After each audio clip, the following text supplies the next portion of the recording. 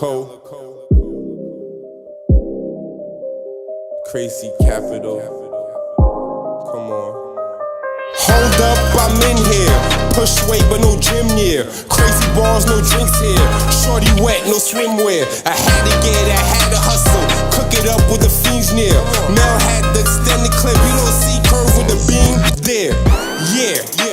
Michael Myers, we scream, yeah. My pen's my machete, killing whack rappers' dreams, yeah.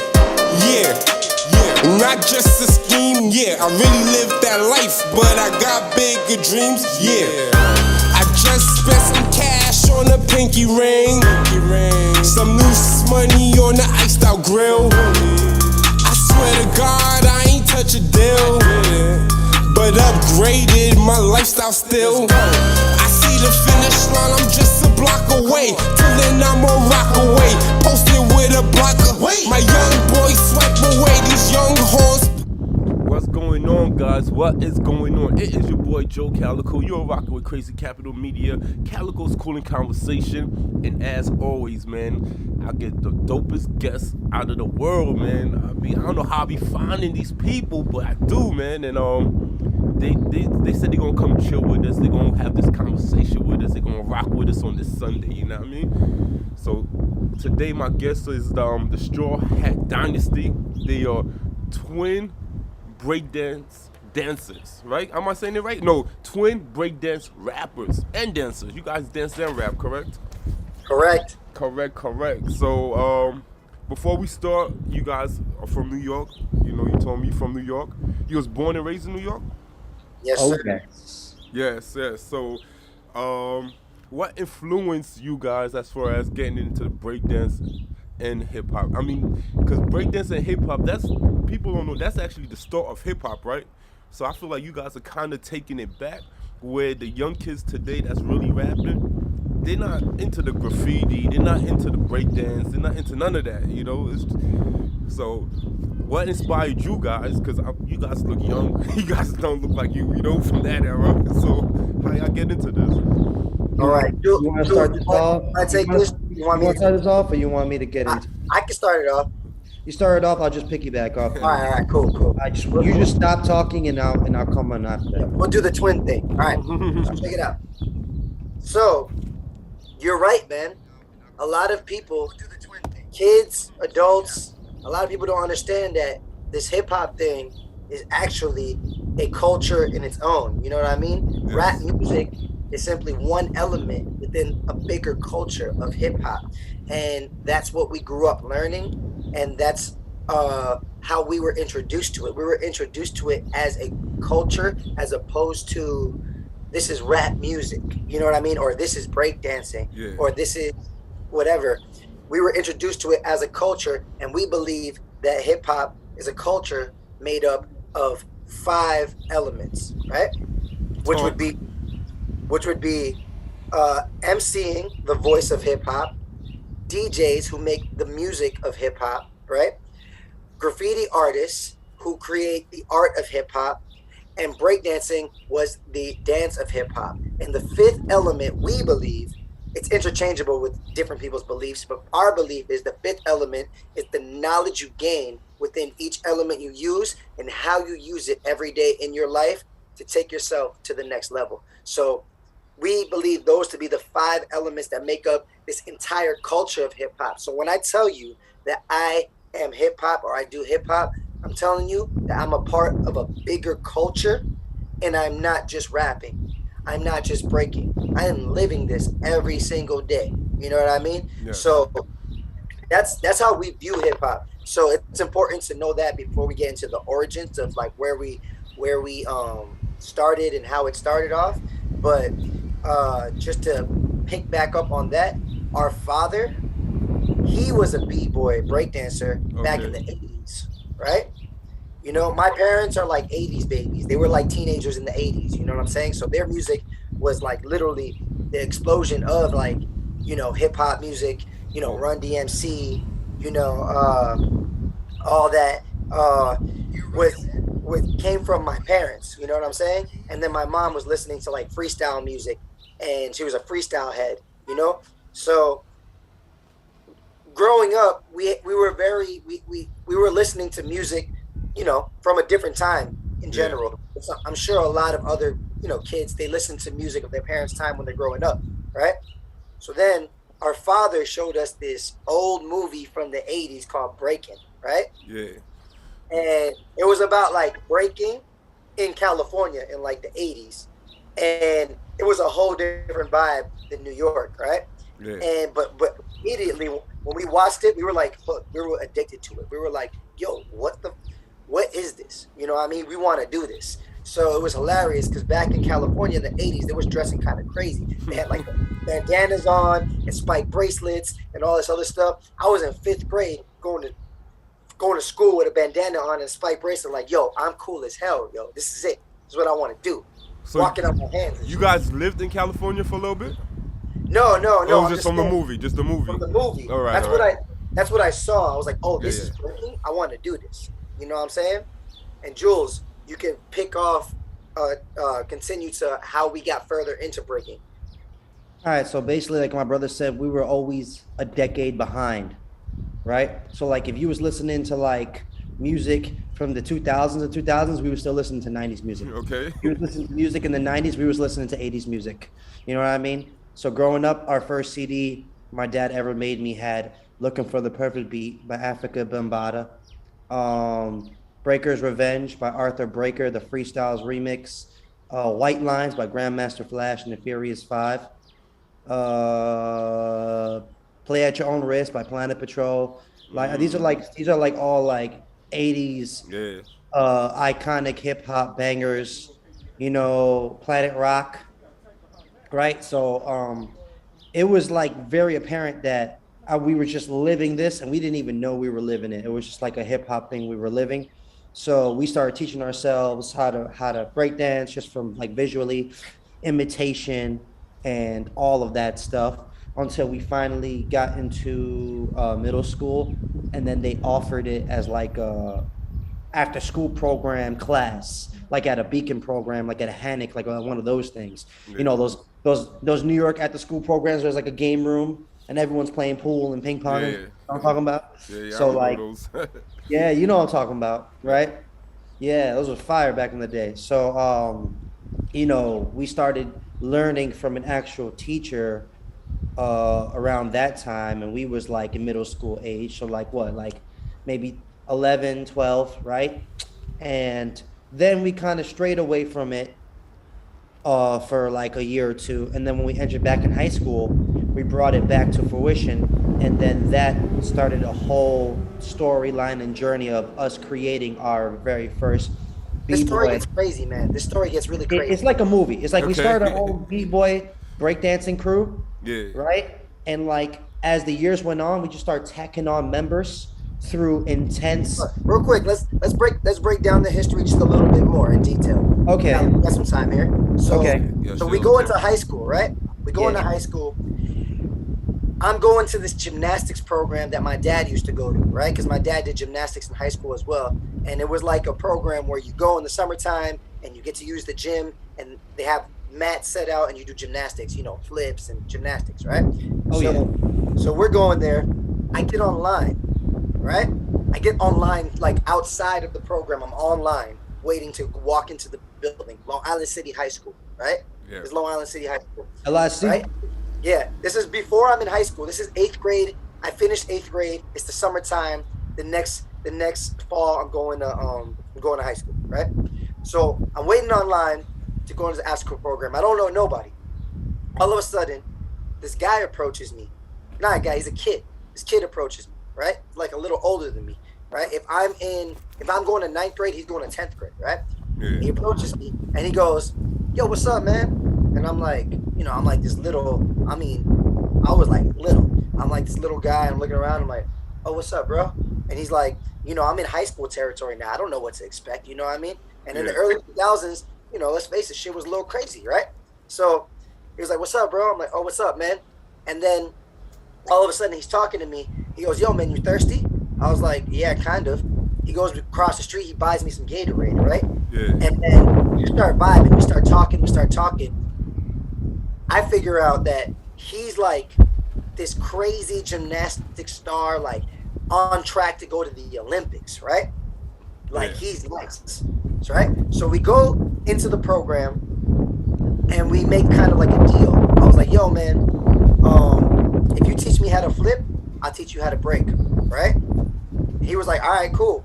So that whole summer, I was teaching him how to break. He was teaching me how to flip, right? Okay. And we became mad cool, all right? And then when school officially started, we just started breaking together. We just started breaking, and other people that maybe we knew started breaking with us, and we were breaking with a whole bunch of kids in high school, right?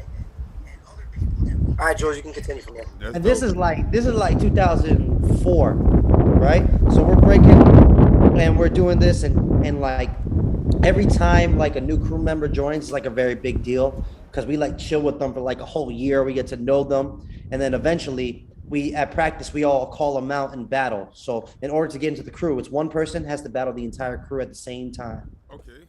Right? Yeah, it's talking intense.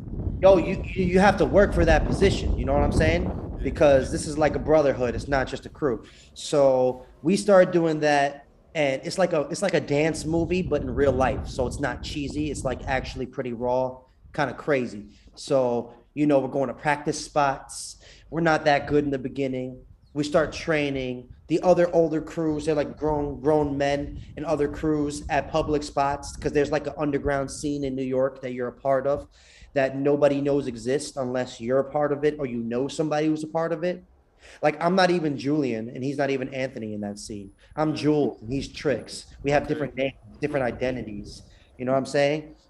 So we're there, we're in the practice spots, and then once we start training and getting a little bit better, we start going to battles, and that's a whole different ball game, dog. A b-boy battle is a whole different ball game. So, it's just like, yeah. What's up? I was gonna ask a question about the battle. Who's putting the battles together? Is it like, is it a promoter putting the battles together? Is it you and a couple friends? We just gonna rent it? You have to understand, man. This is the early 2000s, right? So like, this is back in the day. It was just people in the community kind of putting the battles together, setting it up, organizing it, and then they would get like judges, like well-known dancers within the city that people respected, and they would judge like the battles. Cash and the prizes?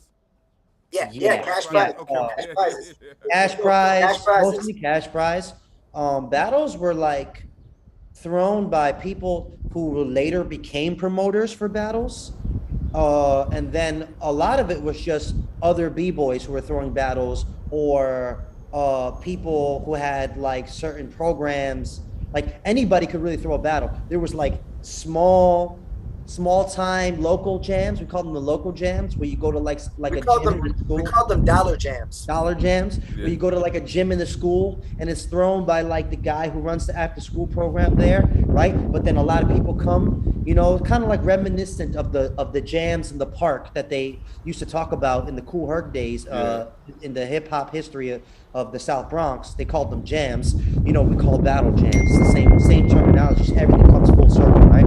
So, and then you have bigger jams that have a lot more organization, maybe a little bit more money put into it. It's thrown maybe in a dance studio or a club, like a basement of a club. Okay.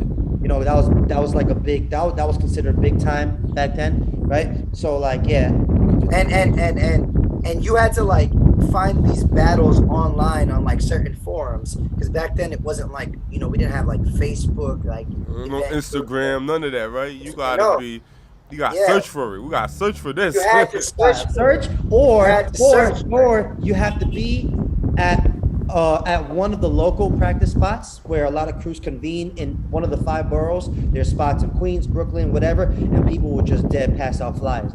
Talk. You got network. It's network. It's back to work, word of mouth and networking, man. Yeah. So it was great because it was exciting, because it was an exciting time for us, because we were just exploring this culture, this dance that brought us so much joy, with all of our homies traveling around all 5 boroughs, just acting crazy and having a good time. You know what I mean? And I think I've been to like, it wasn't really normal, like, because I was like 14. I would leave my house in the morning, I would go to school, I would go to gymnastics practice, then I would go to b-boy practice. So I'd leave my house in the morning at like 7 in the morning, and I wouldn't come back till like almost like midnight sometimes. You know what I'm saying? Like every day. And I still do my homework after that. Exactly. You know? All right, that's dope. That's dope. And then you definitely said something that like caught like my attention. When you said I met up with this guy and he was gonna teach me how to flip.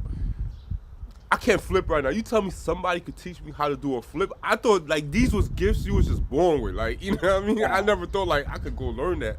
My brother can teach you how to flip as long as you do everything he says. he can teach you. My brother here, he can teach you how to flip in 20 minutes. So you don't think it's something you born with? It's like nah, you're not born with it. Definitely not. I wasn't born with it. It's just a series of steps and movements that you have to, master before you do the actual flip. And they're easy movements too. They're movements that if I told you to do it right now, you'd be able to do it. You know what I mean? It's just a matter of putting them together. Now, what really comes down to, it's just having the balls to go for it. That's it. That's what it is. And let me tell you a quick story. I was like 7, 8 years old, right? And I was in karate class. And then I seen everybody in karate class just flipping. So I said, you know what? I'm gonna go on the mat and I'm gonna try to do a flip. I went and I jumped up in the air and I flipped. You know what I mean? But then I landed right on my back, right? Ooh. And I'm there gasping for air. I never attempted to flip again in my life. You know, and that's like 7 years old. You know when you fall on that back smack, but we karate class, so it's a mat, but it's still hard, but it's not like it's not the concrete. You know what I mean? Took the air out of you, right? Yeah. I was there. I couldn't breathe. I'm on my back. I never tried again. I said I wasn't born with it. I think in the future, man, there's gonna be a redemption flip in your future, bro. Yeah.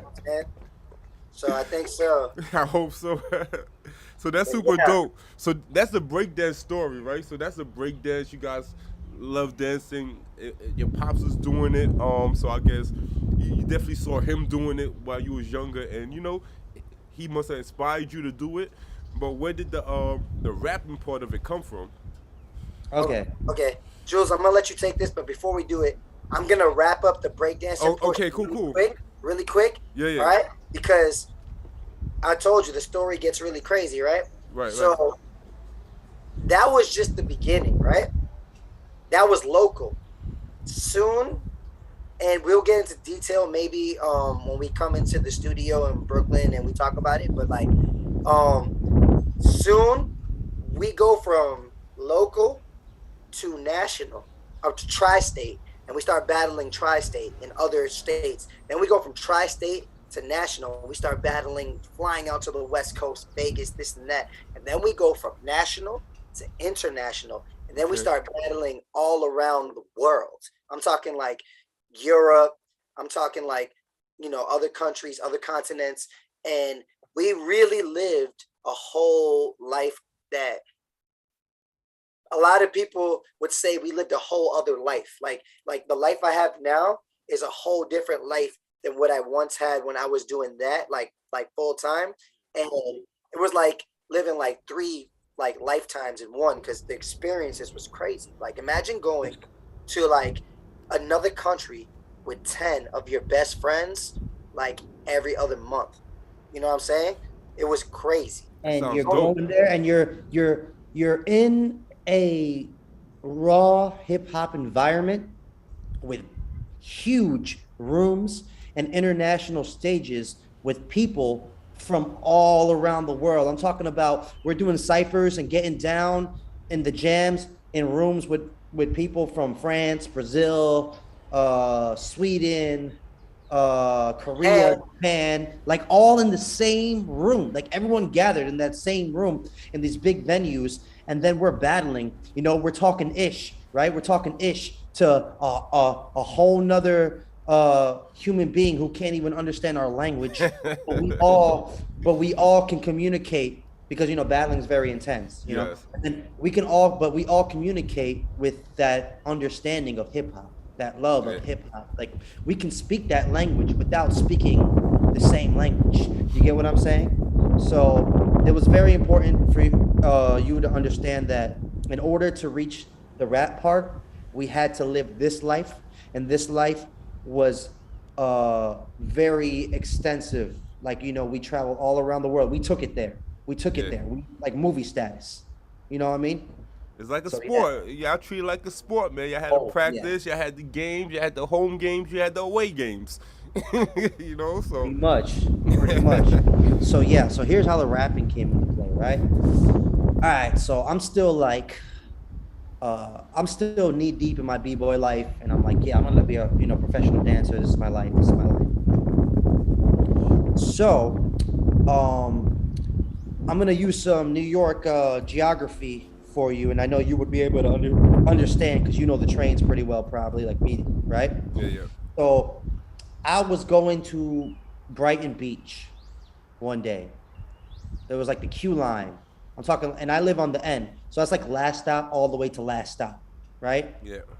It was Sunday, so that shit was going loco. So you know that shit was That's the worst.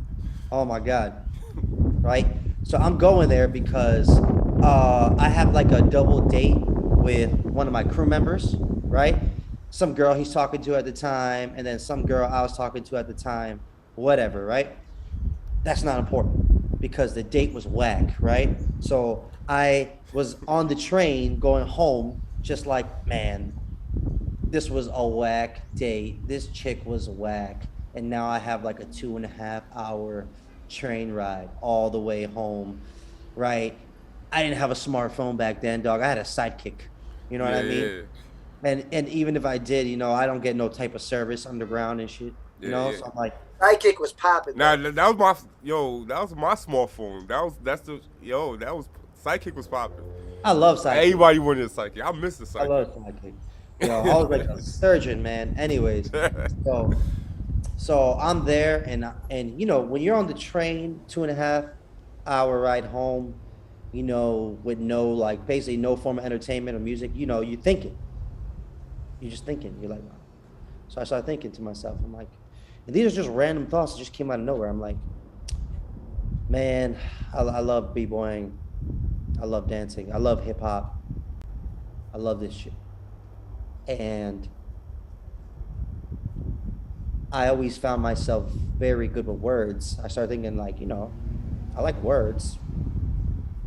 My favorite class was always English class. These are like thoughts going in my head. It's all happening at the same time. Like, I like English, I didn't like math. I didn't like really like science. I like English though. I like social studies, like history, right? Yeah. So like, and then just one sentence just came in my head. I wonder if I can rap.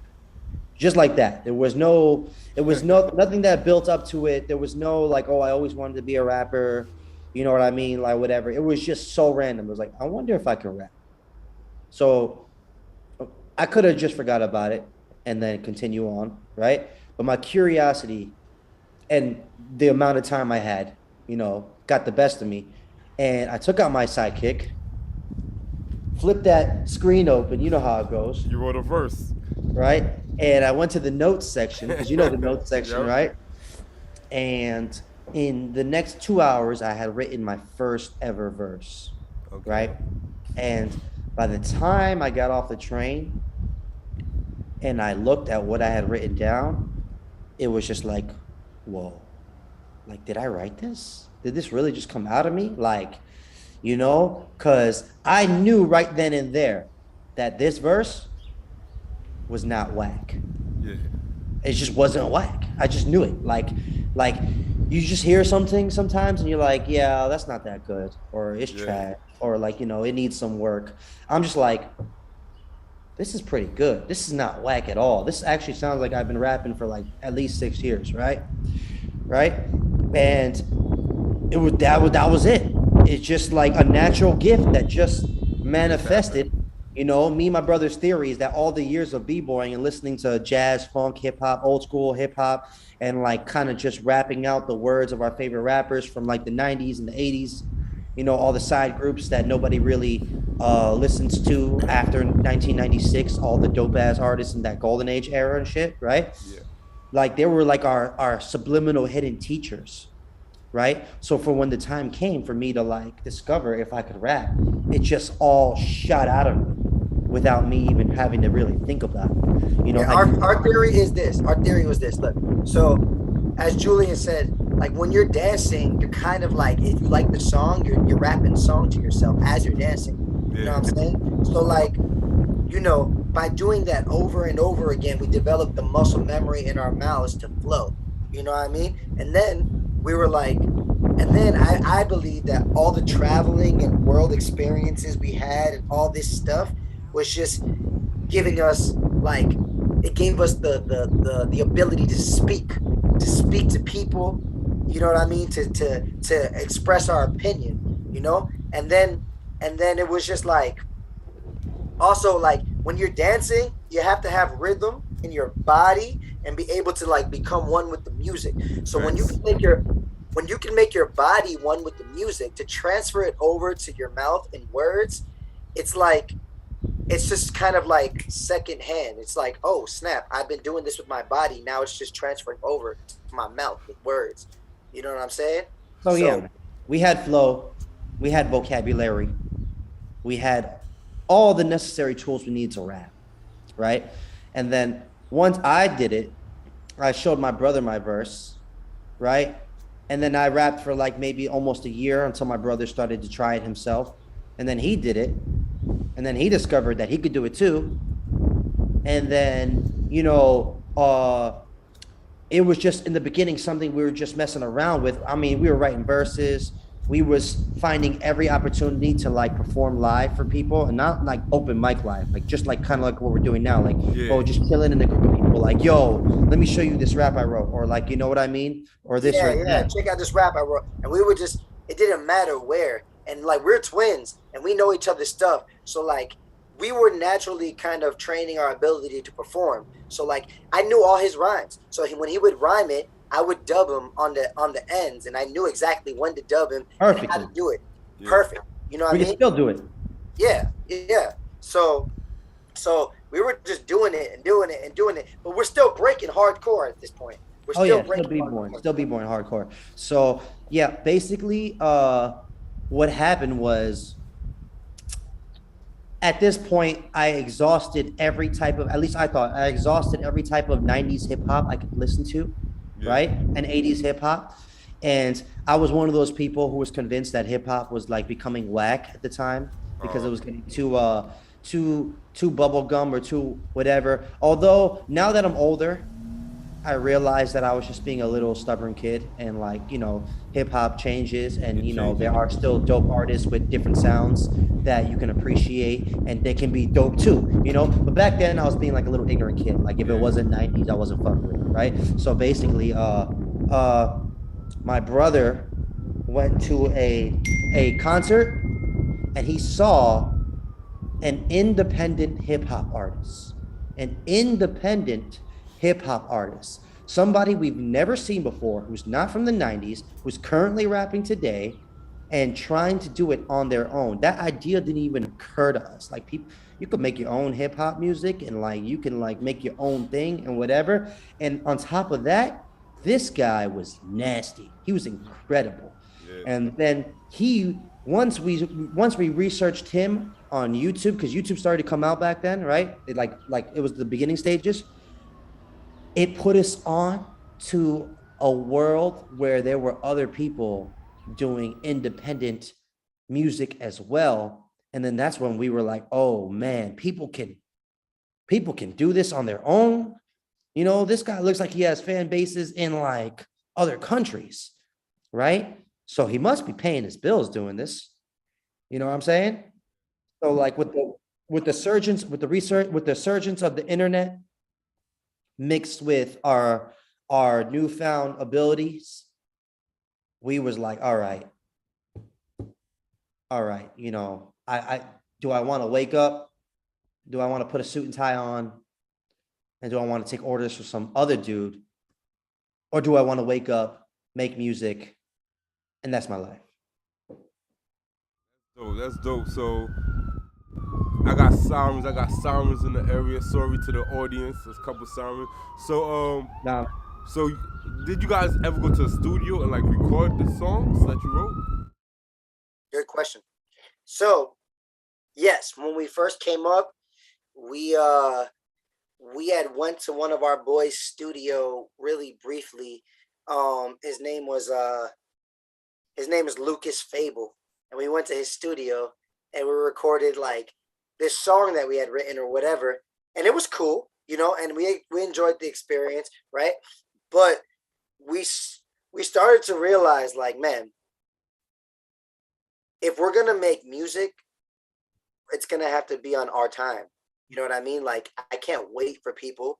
I can't wait for people to have studio availabilities or this and that, this and that. What actually happened was my ex-girlfriend broke up with me, and this was like my first girlfriend, and I was, yeah, I love her. Heartbroken. You was heartbroken? I was heartbroken, right? Okay. I was heartbroken. You know what I mean? That first one, the first one always Yeah. hit, right? It hits different. Hits different. Always. Yes, Never hits like that again. You know what I mean? Ever hits like that again, but it, that first one happened. So I'm over there. I'm in my basement.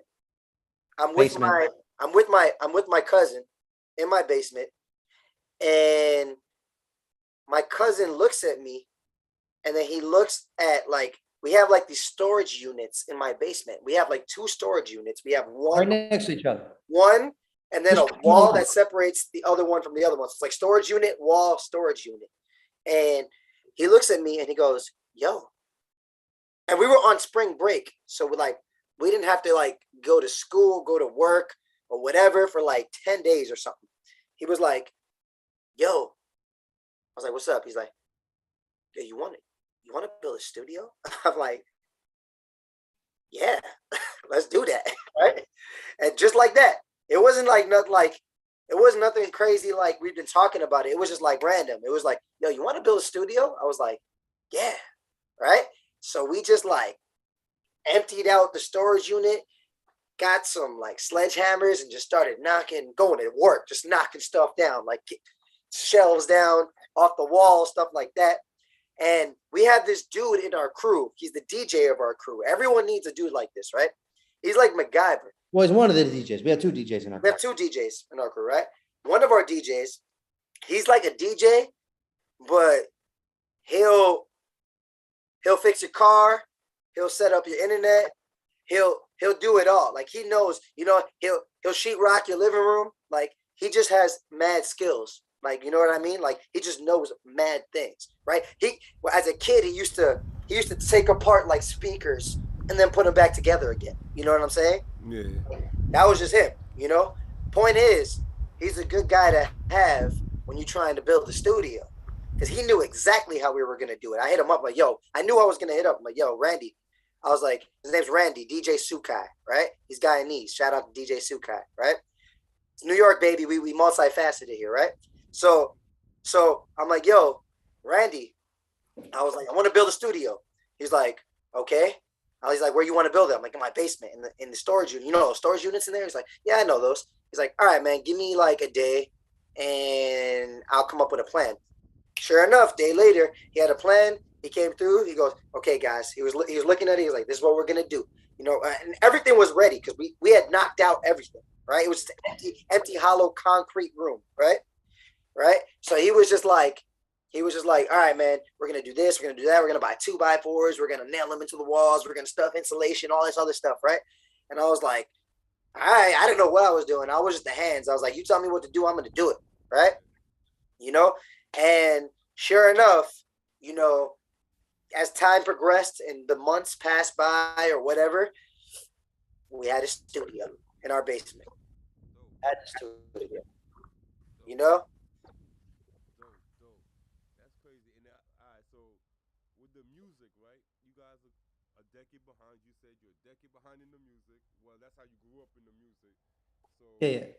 you got a taste of the first version of hip hop, and then you see the changes, and you elaborated on it too once when you said hip hop does go through changes, and you was being like, I guess like old folk, I guess.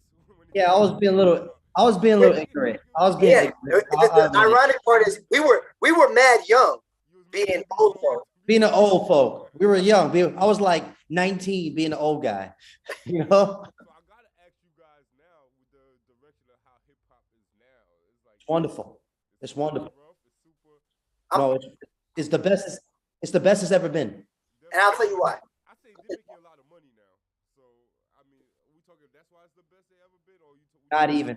creativity and sound and everything. Well, I'll tell you what.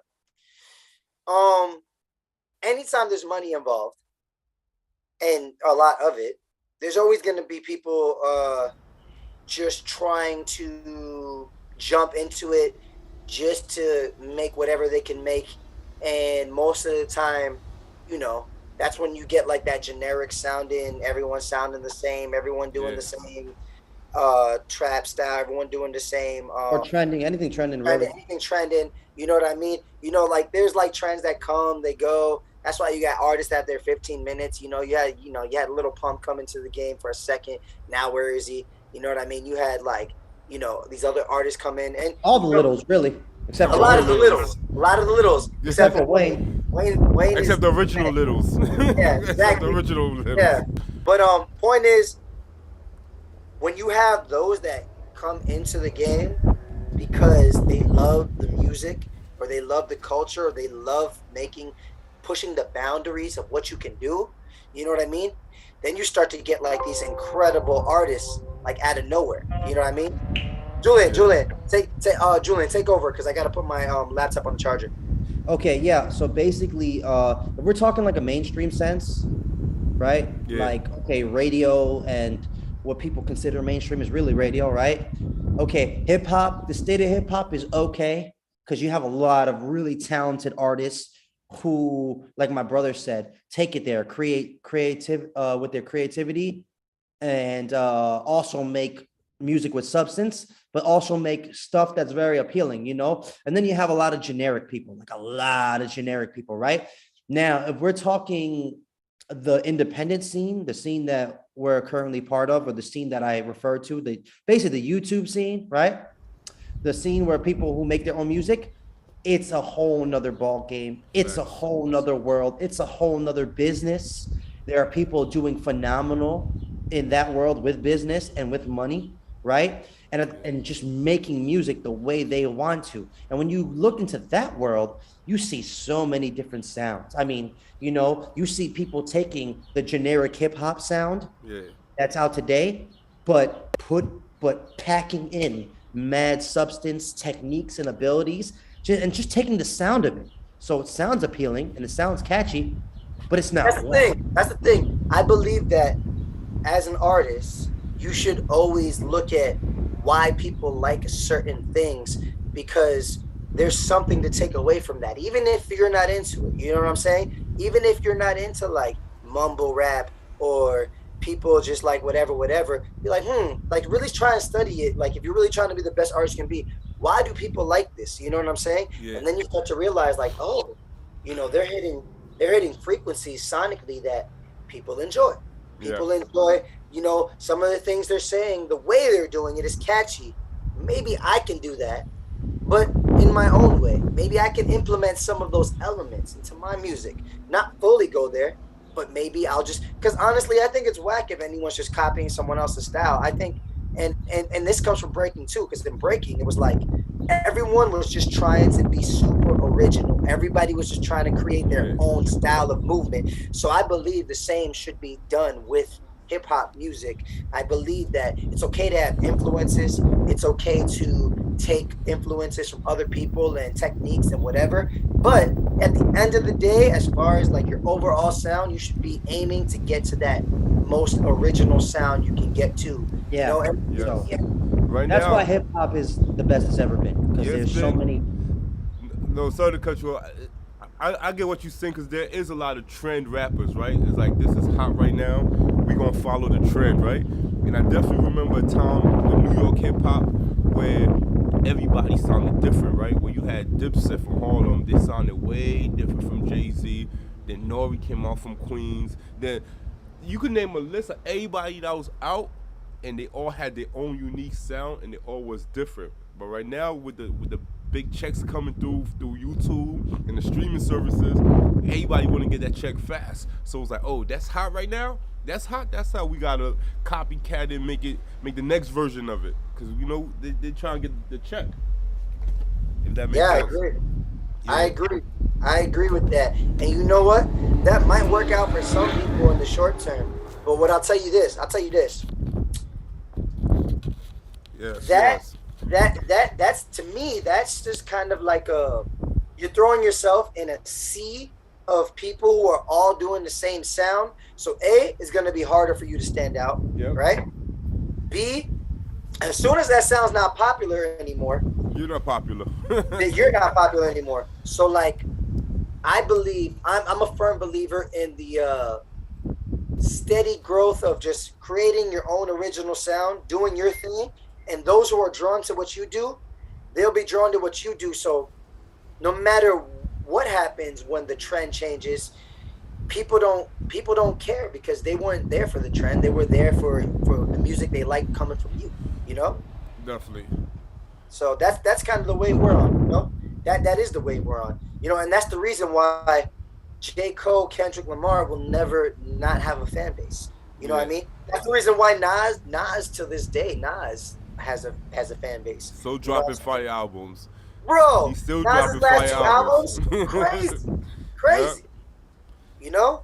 And let's talk about some of our influences real quick. Julian, you want to talk about some of your influences? I was heavily influenced by Nas and Mos Def in the beginning. Mostly Nas and Mos Def. But, you know, pretty much anybody who was dope in the 90s was an influence for me. And 80s, you know? Like, I can just go forever off influences. Nas, Mos Def. My brother with Biggie. So, yeah, right? my two biggest influences starting off was Biggie. B.I.G. Yeah, B.I.G. Rest in peace. Biggie and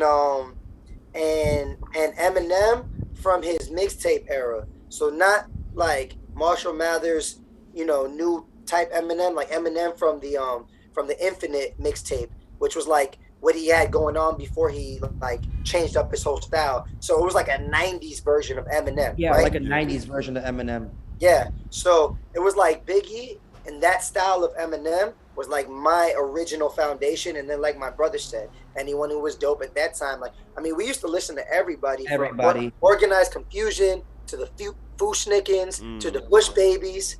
You know, Tribe Called Quest. Lost Boys, De La Big Soul. L, Big Pun. I mean, you can see why we rap the way we rap. You listen to who our teachers were. Big Pun, Big L. We were very into like technical stuff, like people who are going like technically like Eric B and Rakim, Big Daddy Kane, Run DMC. You naming some goats. Slick Rick, LL Cool J. Man, we became hip hop diggers. With hip hop music. We became hip hop historians, just constantly like searching, like, what's in their library? Redman, Method Man, the entire Wu-Tang. Redman. The entire Wu-Tang. People don't give Redman. Yeah, they don't give Redman the credit he deserves. Slept on. Yeah, they don't give him the credit he deserves, man. He's one of the most best MCs I've ever heard in my entire life. Yep. He's so dope. The Roots, Black Thought, Black Star, just Mos Def and Talib Kweli together. Black Moon, all the Black blacks. Moon. Yeah, Black all Moon, the Black blacks. Star, Black Sheep, right? All these guys. So Scarface. Yeah, Scarface, Ludacris. Yeah.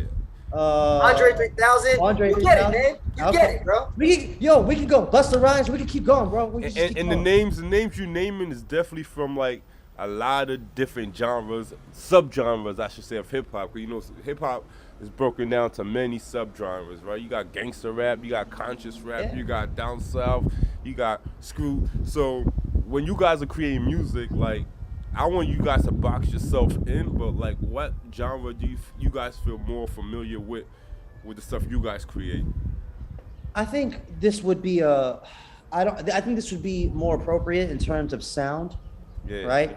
Because Actually, that's a hard question to answer because me and my brother pride ourselves in our versatility, right? So if I want to take my most comfortable style, the style that I can do pretty easily would be like a 90s golden age style, 90s nostalgic golden age style, Like on a right? boom bap, right? Like on a boom bap, right? But like, I would put a twist on it so it didn't sound like it was written and made in the 90s. It would sound like today just with that influence, kind of like what J. Cole be doing sometimes, right? So that would be my most comfortable sound.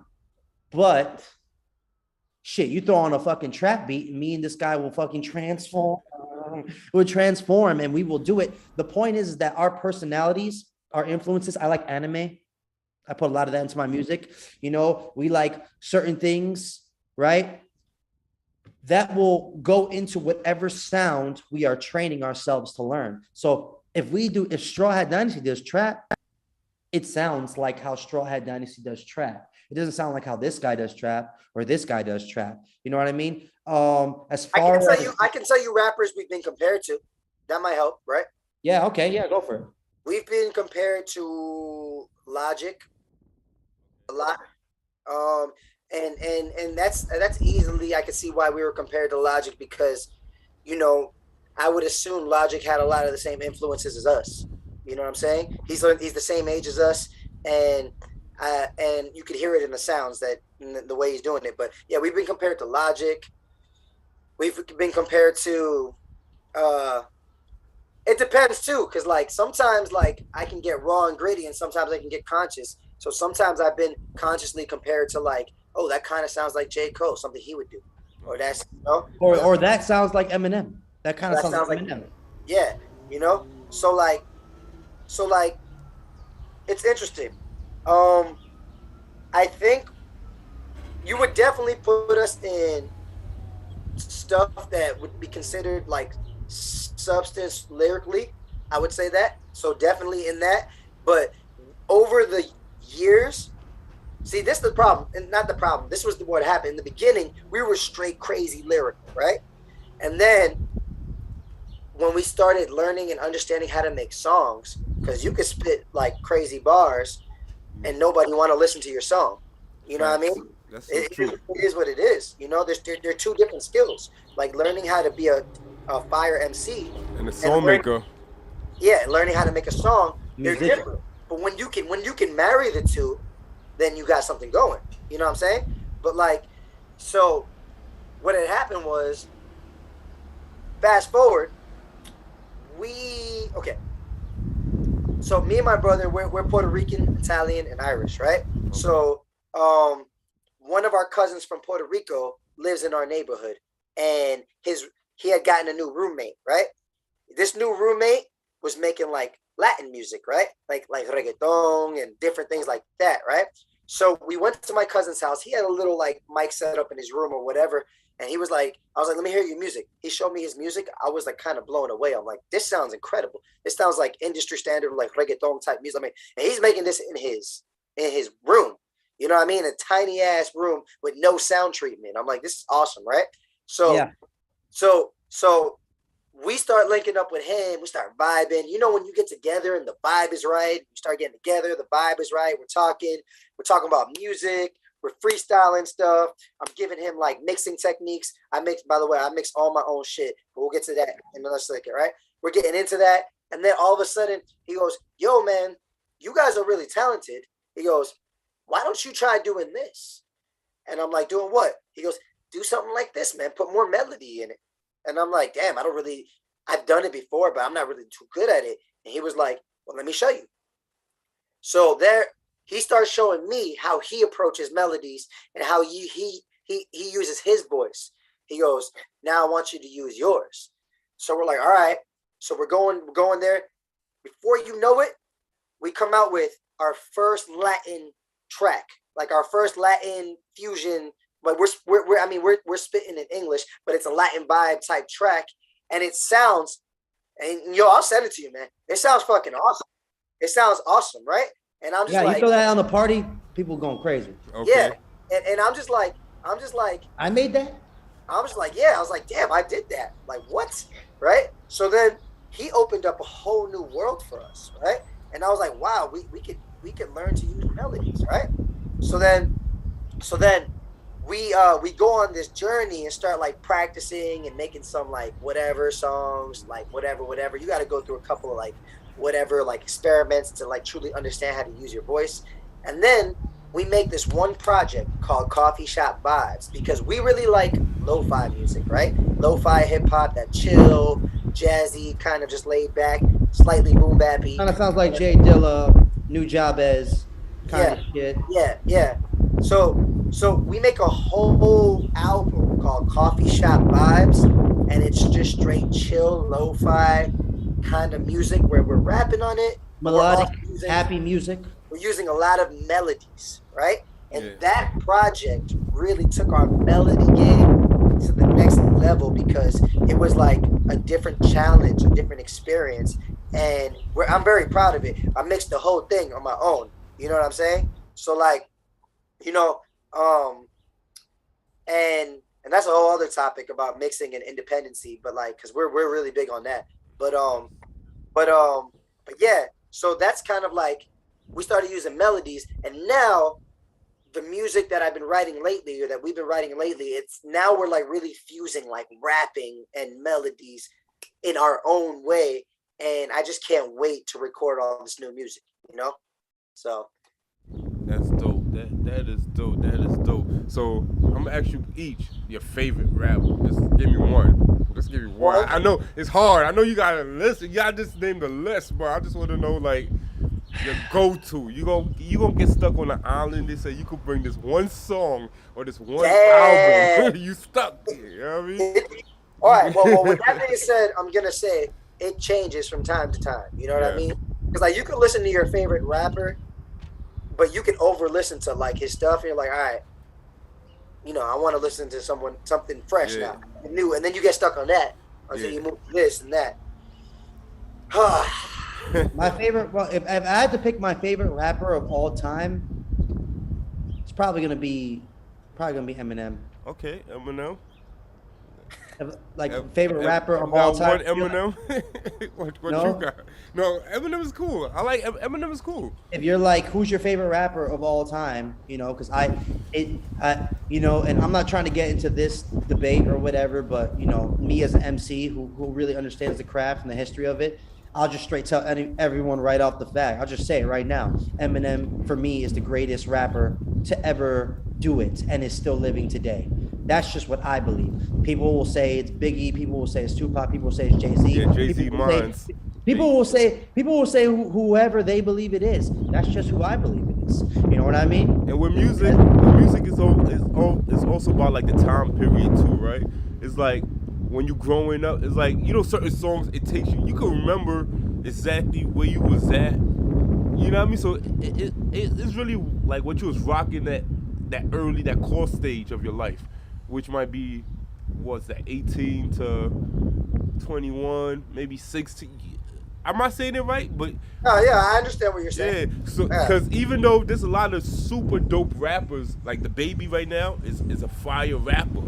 There's a lot of dope rappers, but I'm still gonna be Jay-Z just because I remember, you know what I mean, about to get my first piece of ass or smoking my first spliff. I was listening to Jay-Z. He walked me through those memories, and that's part of my life. You know what I mean? I respect it. All right, straight up, if I'm gonna say who my favorite, like who my favorite rapper of all time is, and call me his twin or whatever, but I'm also gonna say Eminem. But he's my favorite rapper of all time. It doesn't mean he's the person I'm stuck on right now. Yeah. Okay? So, you know, because right now I'm stuck on some independent artist from Miami, some short, light-skinned looking dude with a beard and long hair, and he's just killing it. He sounds like Bone Thugs and Harmony, but to the next level, you know?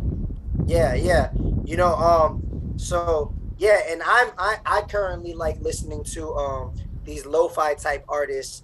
There's one dude, a couple of dudes. One dude's from Brooklyn actually. His name's Coda the Friend, and then another dude named Samsonite. You know what I mean? Like that's what I'm on right now.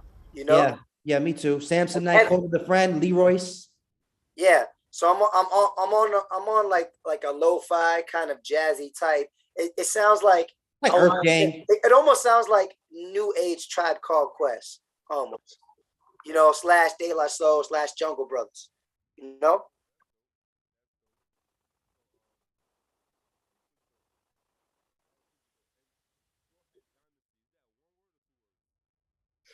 2 words. 2 words. Straw Hat. I had 1 word. Dynasty, another word. So 2 words. No, straw hat is 1 word. That's what I meant to say. Straw hat. Yeah, Is it yeah, straw yeah. space? I want to make sure I put in the title of the video right. Yeah, sure. no, it's all good. So you guys got the project you coming out. You plan to put it out on all streaming platforms. It's gonna be on Tidal, Spotify, Apple Music. Or we doing it like, some independent people do the straight to the website. I don't want to stream. I want you to purchase it directly from me. The next project we put out is definitely going to be on all streaming platforms. Definitely going to be a lot of music videos. The next project, but I think before we put out a project again, right? Because that project we had mentioned to you before, it's already out. You can listen to it. Coffee Shop Vibes. And those is on streaming platforms right now. Yeah, Coffee Shop Vibes. Spotify. All right. We have a bunch of singles and Coffee Shop Vibes on streaming platforms. We have and then like 9 music videos. Hey, I shoot music videos too, man. So hopefully I get to work with y'all on that next project. You know what I mean? Yeah, man. I'm always down to work. I'm always down to go. You know. Yes. But I think the approach for us right now is we're in a rebuilding stage. Just to let y'all know, our studio was destroyed in Hurricane Ida. Like, it destroyed our studio. Oh, damn. Like, because as we told you, our studio was in our basement. It's in the basement. I know. I'm in Canarsie. When you buy the water, I remember Hurricane Sandy left from my side of the town fucked up. So I completely understand. So our studio was destroyed. We raised half of the funds to rebuild it through GoFundMe. So shout out to everybody who donated. That was really dope. It really relit my fire and really made me realize, like, wow, people actually support what I do, which was really dope, right? Yeah. But the other half, we've just been hustling to get it ourselves, right? And we're currently still in that process. So in the meantime, I just moved everything to my room. Yeah. And we just moved it to our room recently, and we just been going through changes, man. Like what was it, last year we just straight quit our 9-to-5s. Just quit, like, boom. Congrats. And you said we're gonna just do straight entrepreneur, right? We're gonna be well, we quit. So what we did was we quit our 9-to-5s. One of our boys, he's a real estate agent and a successful one, right? So we quit our 9-to-5s. He's in my crew, so he's like my brother. Yeah. My dance crew. So he was like, hey man, he goes, forget this 9-to-5. It's taking you nowhere. Come with me. He goes, I'm not saying it's going to be easy. You're going to have to work hard. I'm saying you're going to make way more money than you will or ever did at this 9-to-5. And we're going to grow, and you're going to get as much as you put into it, right? On some entrepreneurial shit, So I was like, all right. So we quit our 9-to-5s, jumped into real estate. Studio got destroyed. Raising money to rebuild studio. Learning this whole new industry. Still doing music. I'm learning to play guitar. Shit is crazy right now. You know what I'm saying? But for a couple of months, everywhere you're dealing with highs, lows, this, that, blah blah blah. Just now, I feel like I'm thinking like just in this last month, things are starting to calm down. Things are starting to regulate. Things are starting to fall back into place. You know what I mean? Things are coming together. Music has made its resurgence. It's never went away, but it made its resurgence, and now our focus is like coming back. We got better at real estate, so that got a lot easier. We're actually seeing money from it, and things are just coming. They're just equalizing. It's balancing out, and now I'm very excited to see what we do in the next couple of months. I'm very excited about just really doing it and taking it there, and just really. Just doing what I love. This is what I want to do, man. Like, everything else is just a product. It's just a way to get me to my final goal, is what I want to do. You know what I mean? This is just music stuff. It's music stuff.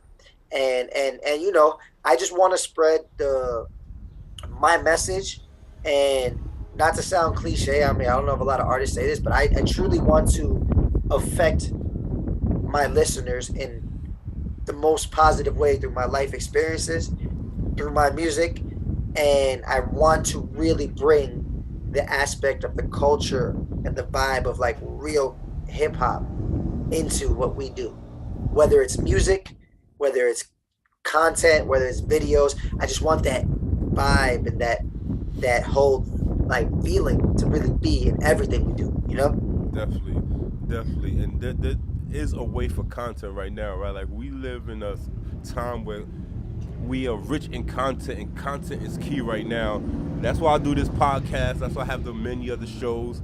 Because if you figure it out, you can make a lot of money. You'd be surprised, you know. And I talk to a lot of people that make a lot of money off of they podcasts or they whatever they're doing content wise, you know. And that should never be the driving force for somebody to do something, you know. But you know, say like this: a lot of those rappers that you guys named that you like grew up on and you loved, they didn't get the chance to like eat off their work, you know. Like a lot of these guys is still in the projects. It's still in New York in the projects. You know what I mean? Because they was early in the game, but the business wasn't right. You know, because it was so new. But one thing I can say about these artists right now, they figured out the business. And you'd be surprised. It'd be some guys with no songs on the radio, no radio hit, and they are living off their shit. You know, they are living A lot of guys like that. off their shit. Nothing There's on the radio. Like that. You know what I mean? There's a lot of guys like that. Yeah, A lot. Those are the guys that I'm talking about. Yeah.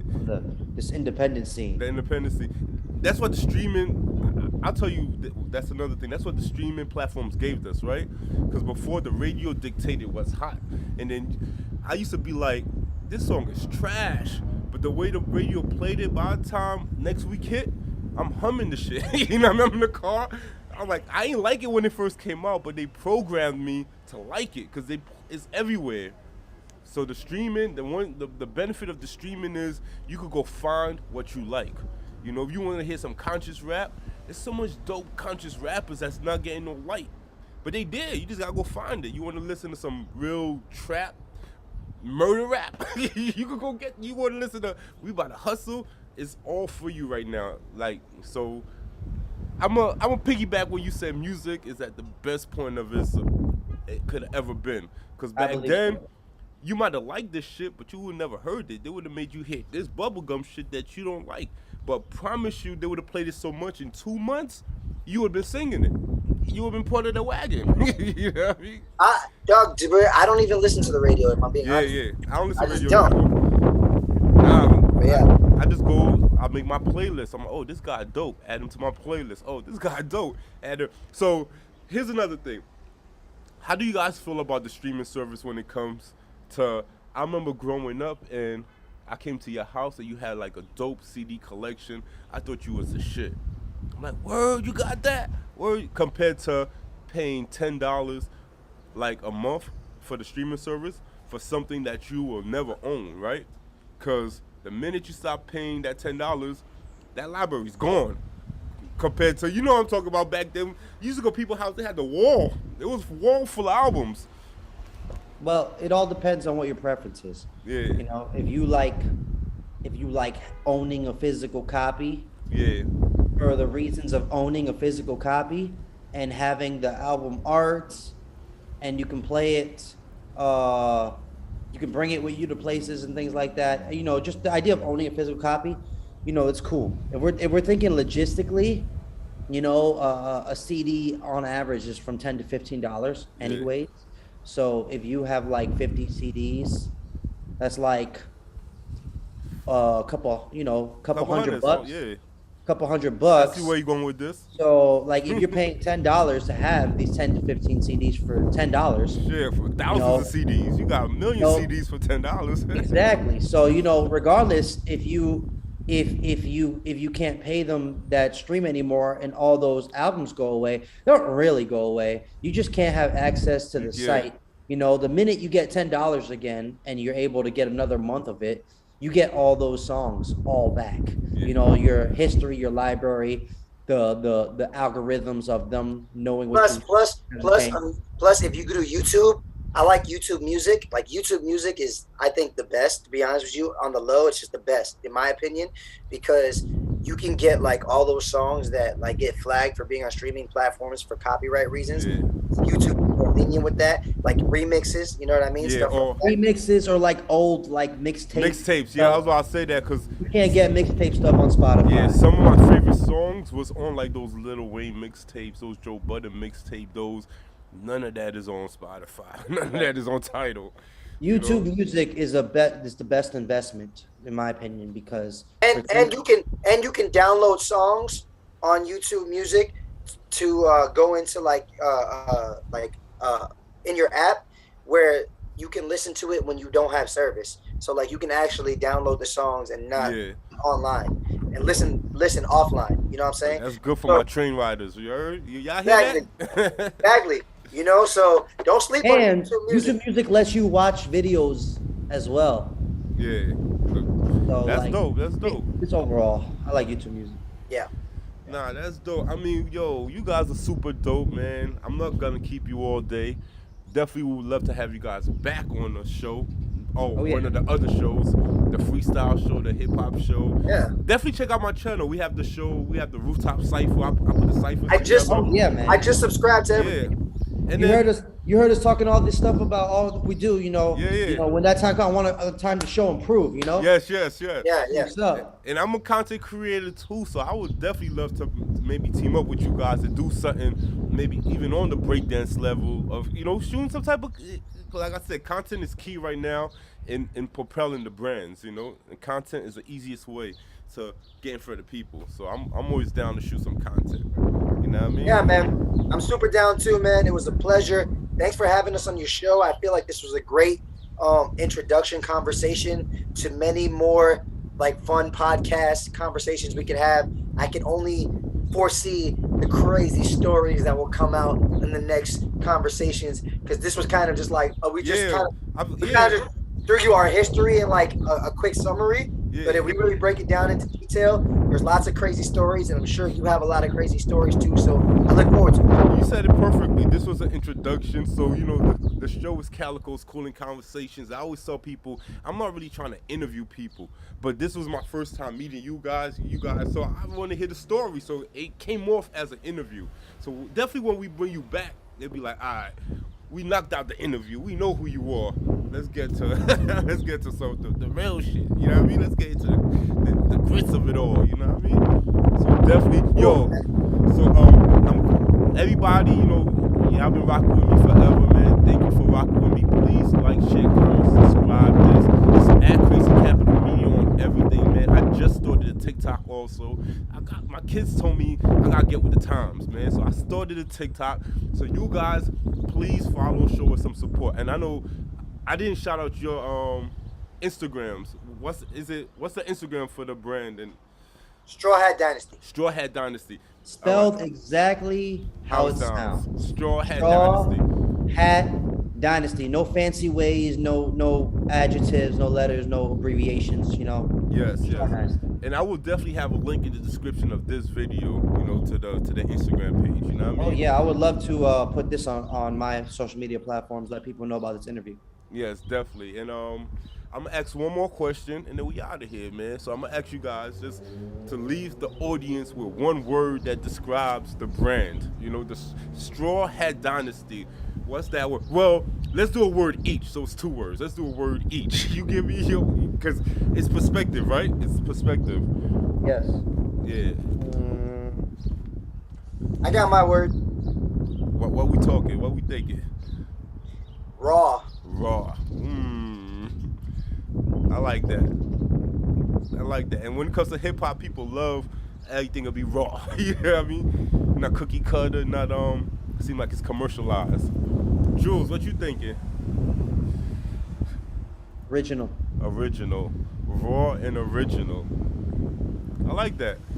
I like that. So, yo, y'all go follow the raw and original Straw Hat Dynasty, you heard? And, like I said, their links is going to be in the description. My links is going to be in the description. And I'm out of here. It's your boy, Joe Calico, Crazy Capital Media. Calico's Cooling Conversations. Peace. First.